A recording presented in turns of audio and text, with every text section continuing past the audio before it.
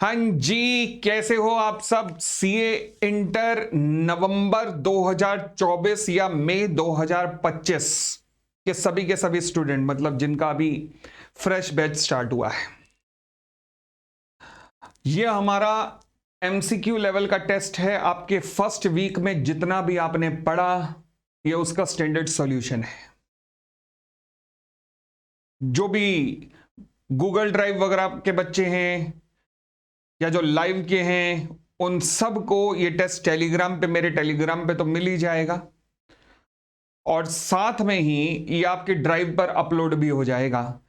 ये first week के test के नाम से जाना जाएगा। एमसीक्यू, फर्स्ट वीक का एमसीक्यू, यानी कि ऐसे ही हम वीकली एमसीक्यू टेस्ट लेंगे।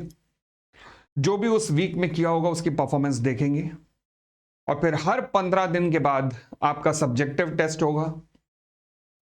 और हर महीने के अंदर एक टेस्ट सब्जेक्टिव प्लस एमसीक्यू होगा, जिसे खुद मैं आपके साथ 1-to-1 हर बच्चे के साथ डिस्कस करूंगा, ताकि मैं भी तो देखूं कि प्रेजेंटेशन में कहां वीकनेस है और प्रेजेंटेशन में कहां जाना है।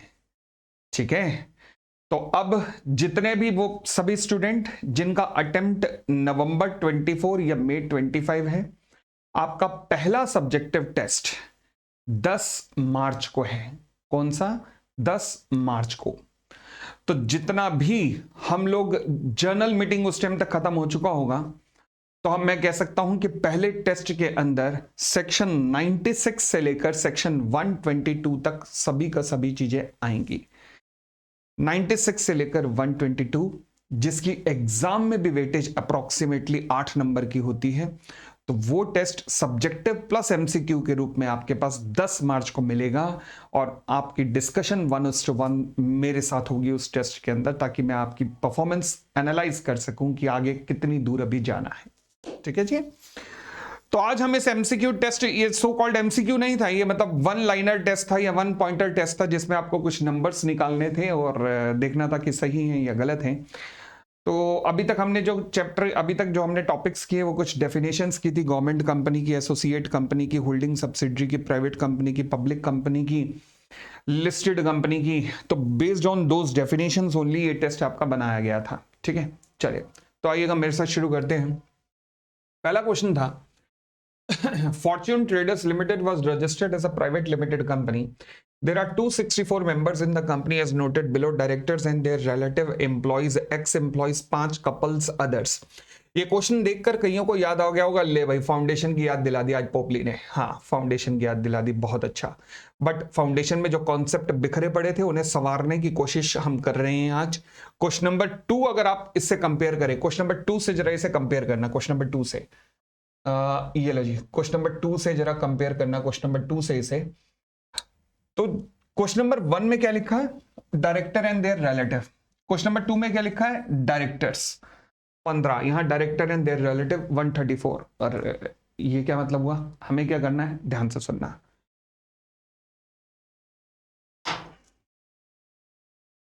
हो सके तो अपनी कॉपीज के अंदर ना एक पतली सी टेस्ट कॉपी बना लो। मैं ये रिकमेंड करूंगा, चाहे बेशक 100-200 पेज की बना लो, 100 पेज की बना लो, उसके अंदर इसको सॉल्व करोगे तो ज्यादा अच्छा रहेगा। एक प्रॉपर टेस्ट आपका रहेगा कि हाँ जी, टेस्ट वीकली टेस्ट नंबर 1, उसे लिख देना। ठीक है, अब सुनना जी, कॉन्सेप्ट सुनना आप।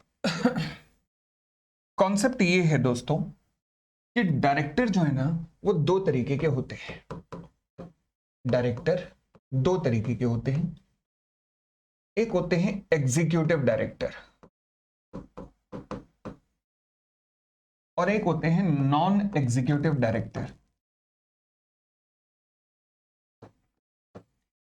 एग्जीक्यूटिव डायरेक्टर को अपन लोग एक और नाम से पुकारते हैं होल टाइम डायरेक्टर,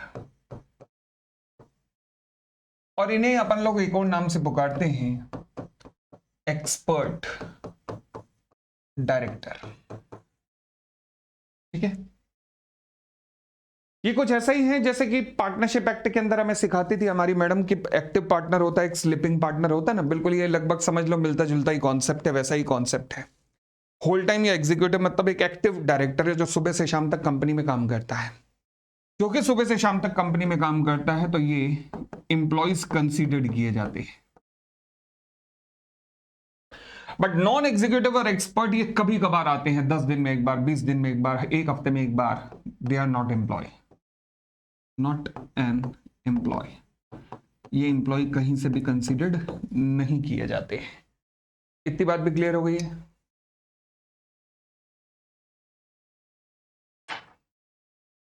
अब अगर खाली दिया हो डायरेक्टर्स, कुछ ना आगे कुछ ना पीछे कुछ, ओनली डायरेक्टर्स वर्ड दिया हो, तो मैं कह सकता हूं कि आप उसे कह सकते हैं कि वो एग्जीक्यूटिव डायरेक्टर्स हैं। आप उन्हें एग्जीक्यूटिव डायरेक्टर मानिए। और अगर एग्जीक्यूटिव है, आप एजम्पशन लिख भी सकते हैं कि assuming they are executive, assuming they are executive. तो अगर एग्जीक्यूटिव है तो वो एम्प्लॉय है, और एम्प्लॉय है तो वो प्राइवेट लिमिटेड कंपनी के 200 की काउंटिंग में नहीं आएंगे। परंतु अगर क्वेश्चन में दिया हो डायरेक्टर एंड रिलेटिव, तो अब मुझे तो ये भी नहीं पता कि रिलेटिव कितने हैं, डायरेक्टर कितने हैं। रिलेटिव 200 की काउंटिंग में आएंगे, और डायरेक्टर अब एग्जीक्यूटिव नॉन एग्जीक्यूटिव पे डिपेंड करेगा, मगर कोई सेग्रीगेशन नहीं है। तो मैं क्या करूं, मैं कैसे कह दूं कि इनमें से कितने एग्जीक्यूटिव हैं? तो इसलिए मैं सभी को नॉन एग्जीक्यूटिव मान लेता हूं, क्योंकि डायरेक्टर एंड देयर रिलेटिव हैं, तो सभी को नॉन एग्जीक्यूटिव मान लिया मैंने। नॉन एग्जीक्यूटिव मान के सभी को 200 की काउंटिंग में कंसीडर कर लूंगा मैं। बड़ी सीधी सी बात है, और क्या कर सकता हूं मैं, मेरे पास ऑप्शन ही नहीं बचा। तो यहां पर डायरेक्टर एंड देयर रिलेटिव दिया हुआ है, 134 के 200 की काउंटिंग में काउंट हो जाएंगे। यस, क्योंकि सेग्रीगेशन नहीं है। तो क्या करूं, एम्प्लॉइज काउंट नहीं होते, एक्स एम्प्लॉइज काउंट नहीं होते। 5 कपल्स, उनको 10 मान लिया गया है। 5 कपल्स को एक ही माना जाता है, तो 5 माना जाएगा, 10 नहीं। और अदर्स 5 हैं, तो 5 5 10, 134, यानी कि 144 है मेंबर। तो इसका मतलब 200 की काउंटिंग में 144 मेंबर है सेक्शन 2 क्लॉज 68 के अंदर कंपनी के। ठीक है। और आगे बढ़े, तो 144 इसका करेक्ट आंसर था। सेकंड क्वेश्चन पे आते हैं। अब यहां देखिए डायरेक्टर्स दिए हुए हैं, क्योंकि डायरेक्टर्स दिए हुए हैं तो हम एज्यूम कर लेंगे कि एज्यूमिंग एग्जीक्यूटिव डायरेक्टर है, और एग्जीक्यूटिव है तो इसे काउंट नहीं करेंगे। एम्प्लॉइज काउंट नहीं करेंगे, एक्स एम्प्लॉइज काउंट नहीं करेंगे। 5 कपल्स 5 काउंट हो गए, अदर्स 190 काउंट हो गए, तो टोटल कितने हुए, 195। लो जी, ठीक हो गई इतनी बात भी।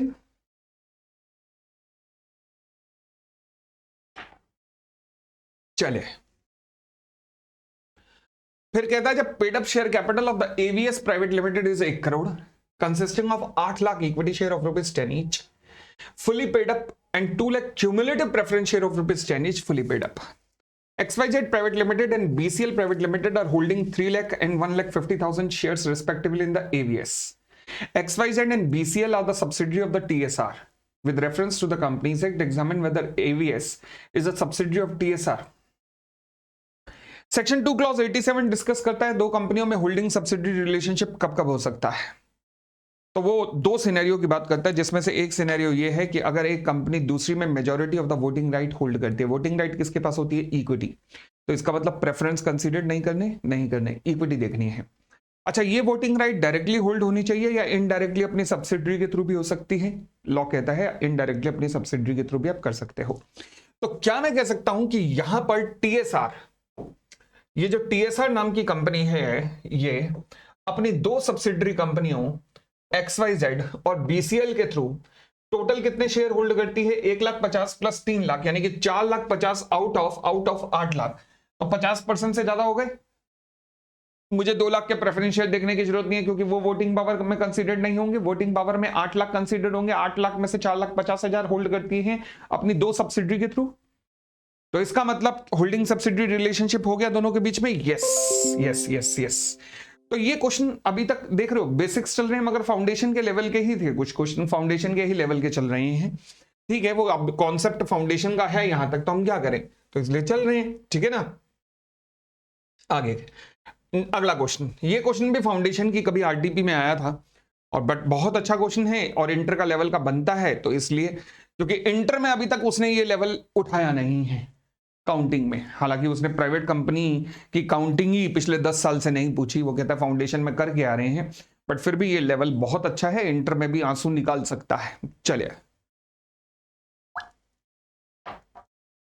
हाँ जी।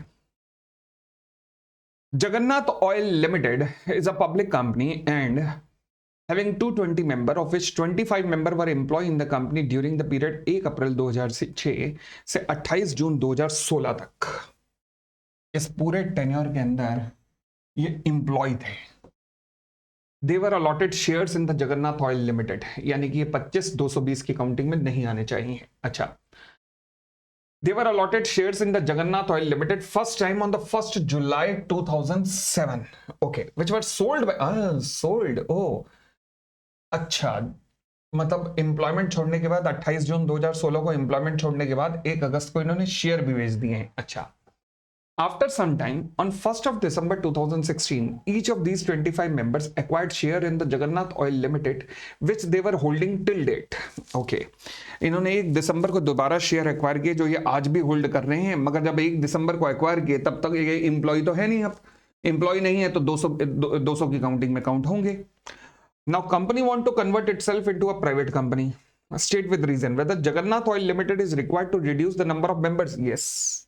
यस, क्योंकि टोटल मेंबर कितने हैं 220, क्योंकि ये काउंट होंगे, क्योंकि इन्होंने पहले जो शेयर एम्प्लॉय के रूप में लिए थे वो तो बेच दिए।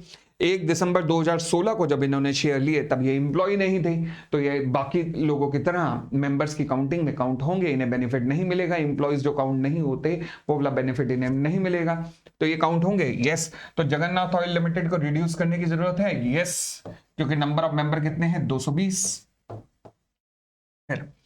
कहता would your answer be different if above 25 member were the employee for the period from 1st April 2006 to 28 जून 2017? आहा, 1 मिनट, दोबारा शेयर कब एक्वायर किए हैं 1 दिसंबर 16।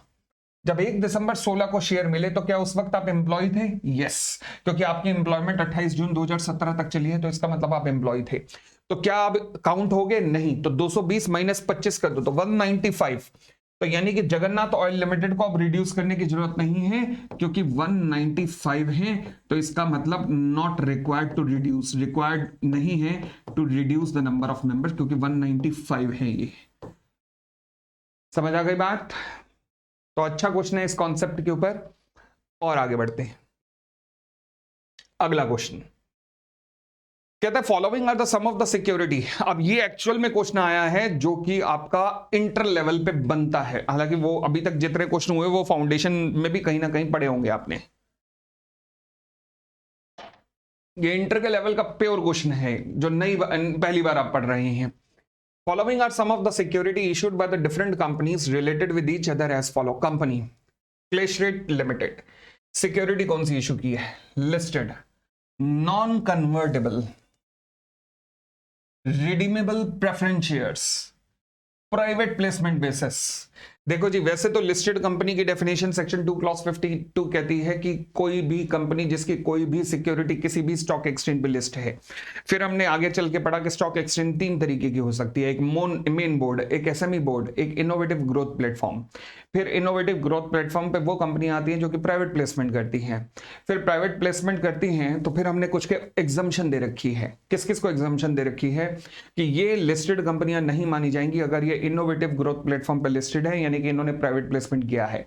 किस किस को माइनस किया गया? वो पब्लिक कंपनी जिन्होंने नॉन कन्वर्टेबल डिबेंचर्स इशू किए, वो पब्लिक कंपनी जिन्होंने non convertible preference share issue किए, इन सबको माइनस कर दिया गया था। चलिए, public limited company non convertible preference share issue किए प्राइवेट प्लेसमेंट बेसिस पे, क्या ये लिस्टेड होगी? नहीं, ये लिस्टेड नहीं होगी। ये देखिएगा, इफ लिस्टेड क्लेशरेट लिमिटेड, नो। रूल नंबर कौन सा लगा? 2A, स्पेसिफिक डेफिनेशंस रूल्स जो लिखवाया था। ठीक है, अगला इंद्रियमन लिमिटेड। आइए इंद्रियमन लिमिटेड पे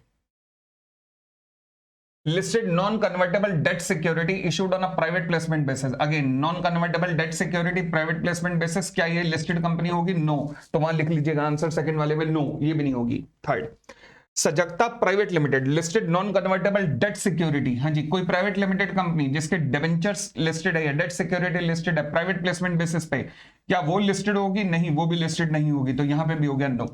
तो तीनों कंपनियां लिस्टेड कंपनी नहीं है, रूल नंबर 2A के अंदर कवर हो रही है। फिर अगला क्वेश्चन यहां पे कहता है कि अब मुझे रिलेशनशिप बताइए। रिलेशनशिप देखिएगा, क्लेशरेट लिमिटेड के बारे में बात करूं तो remark has the power to appoint 2/3 director in the Indrayaman limited. Okay, क्लैशरेंट लिमिटेड के पास इंद्रयामन लिमिटेड के 2/3 डायरेक्टर अपॉइंट करने का अधिकार है। तो ये बन गए पिताजी, होल्डिंग। ओके, और ये कौन बन गई? सब्सिडरी। तो दोनों कंपनियां क्या हो गई? होल्डिंग सब्सिडरी हो गई। ठीक है, क्लैशरेंट होल्डिंग है, इंद्रयान सब्सिडरी है। आगे, Indrayan limited holding 60% voting right in the Sajagta private limited. Okay, तो ये बन गई होल्डिंग और ये बन गई सब्सिडरी। अच्छा, क्या मैं कह सकता हूं क्लैशरेंट लिमिटेड होल्डिंग है, इंद्रायन उसकी सब्सिडरी है और सजगता उसकी सब्सिडरी है, उसकी सब्सिडरी है। तो इसका मतलब सजगता क्लैशरेंट की भी सब्सिडरी है। यस, आपकी सब्सिडरी की सब्सिडरी आपकी भी सब्सिडरी कहलाएगी। यस, ठीक है। तो रिलेशनशिप बिटवीन क्लैशरेंट एंड इंद्रायन, ये होल्डिंग ये सब्सिडरी। रिलेशनशिप बिटवीन इंद्रायन एंड सजगता, ये होल्डिंग ये सब्सिडरी। रिलेशनशिप बिटवीन क्लैशरेंट एंड सजगता, ये होल्डिंग ये सब्सिडरी। ठीक है, और आगे सजगता प्राइवेट लिमिटेड। हाँ जी, the company hold 52% equity share in the Pratibodh limited as an investment on behalf of another company in the capacity of trustee. ओ, याद करो जी, कॉन्सेप्ट हमने किया था किस चीज का? फिड्यूशरी कैपेसिटी का। फिड्यूशरी कैपेसिटी में अगर आप शेयर होल्ड करते हो इन अ कैपेसिटी ऑफ ट्रस्टी, मतलब किसी और के बिहाफ पर अगर आप शेयर होल्ड कर रहे हो लाइक म्यूचुअल फंड, तो उसे ना एसोसिएट की काउंटिंग में गिना जाएगा, ना ही उसे सब्सिडरी की काउंटिंग में गिना जाएगा। तो क्या सजगता लिमिटेड होल्डिंग कंपनी बनी, प्रतिबोध लिमिटेड की नहीं बनी, क्योंकि फिड्यूशरी कैपेसिटी है। ठीक है, यही किया था। लो जी, ये आपका इस हफ्ते जो हमने किया कॉन्सेप्ट किए, वो कॉन्सेप्ट के ऊपर आपका टेस्ट था। ठीक है, ऐसे हर हफ्ते जो भी आप करेंगे उसके ऊपर आपका बेस्ड ऑन दोस थिंग्स आपका टेस्ट होगा। और अगेन 15 दिन के अंदर सब्जेक्टिव टेस्ट के लिए पहला सब्जेक्टिव टेस्ट 10 मार्च को हम लोग मिलेंगे। धन्यवाद, धन्यवाद, धन्यवाद। Thank you, bye bye, take care, खुश रहिए।